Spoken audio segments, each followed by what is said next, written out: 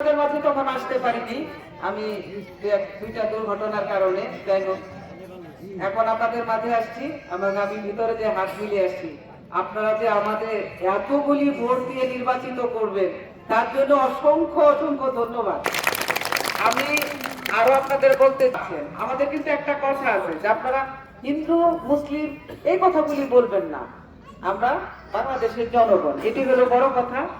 আপনাদের যখন যা প্রয়োজন আপনাদের জন্য শিবালয়বাসী যারা আছেন, শুধু মহাদেবপুর বলবো না, শিবালয়বাসী সবার জন্য আমার দুয়ার উন্মুক্ত থাকবে।